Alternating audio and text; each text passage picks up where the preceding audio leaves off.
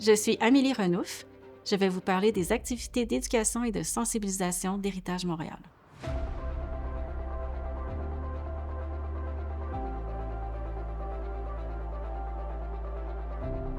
À l'époque, je ne connaissais pas Héritage Montréal, bien humblement, puis je pensais y travailler 3 mois.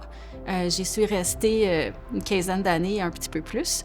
Les contrats se sont enchaînés, puis finalement, tu sais, le patrimoine, je l'ai découvert au fil des rencontres, au fil des projets, par les collaborations. Puis au début, je n'étais pas trop certaine comment Héritage Montréal se combinait à mes études en muséologie, puis finalement, je me suis tout simplement rendu compte que Montréal s'était rendu mon musée à ciel ouvert, puis c'était mon terrain de jeu pour sensibiliser au patrimoine. Tu sais, c'est hyper important, en fait, de se rendre sur place puis d'avoir ce contact de proximité avec le patrimoine.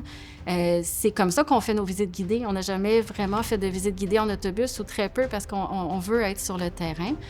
Pendant les années que j'ai passées à Héritage Montréal, c'est clair que le silo numéro 5, c'est un des moments marquants pour Héritage Montréal. La couverture médiatique, l'ampleur qu'a pris ces visites-là, présentées sur 3 années quand même avec des milliers de visiteurs, ça a grandement contribué à faire parler de la cause du patrimoine parce que cet élément-là, le silo, faisait jaser. Si je me rappelle toujours d'une personne qui avait fait les visites, qui était venue me voir à la fin pour me dire, tu sais, le silo numéro 5, je l'ai toujours trouvé laid. J'hésitais à venir, je me demandais, mais pourquoi aller au silo numéro 5? Puis après la visite, je t'avoue que je le trouve encore laid. Ça n'a pas changé, mais maintenant, je comprends son importance, je comprends sa signification dans l'évolution de Montréal, puis pourquoi c'est important de le conserver. Puis on en a fait des projets, que ce soit à la place Ville-Marie, à la Sun Life, à la Pinte de lait, les visites au Pont Champlain, tous les architectures que l'on a fait, que ce soit dans des quartiers centraux qu'on connaît assez bien, mais on en a toujours plus à apprendre, ou des quartiers plus éloignés. On a toujours fait attention de diversifier aussi les quartiers visités. La collaboration la plus enrichissante que j'ai eue, c'est avec les bénévoles qui viennent de tout horizon, qui peuvent faire partie de la relève, qui peuvent être étudiants, qui peuvent être des professionnels accomplis, des propriétaires, des citoyens. C'est tout ce beau monde-là mis ensemble qui amène une telle richesse, une collaboration extraordinaire.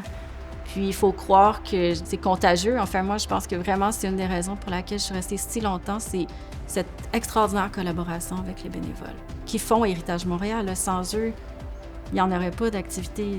Je pense que l'important pour Héritage Montréal, c'est de rester connecté à la communauté, les communautés qui l'entourent, que ce soit les citoyens, les professionnels, le monde universitaire, les bénévoles.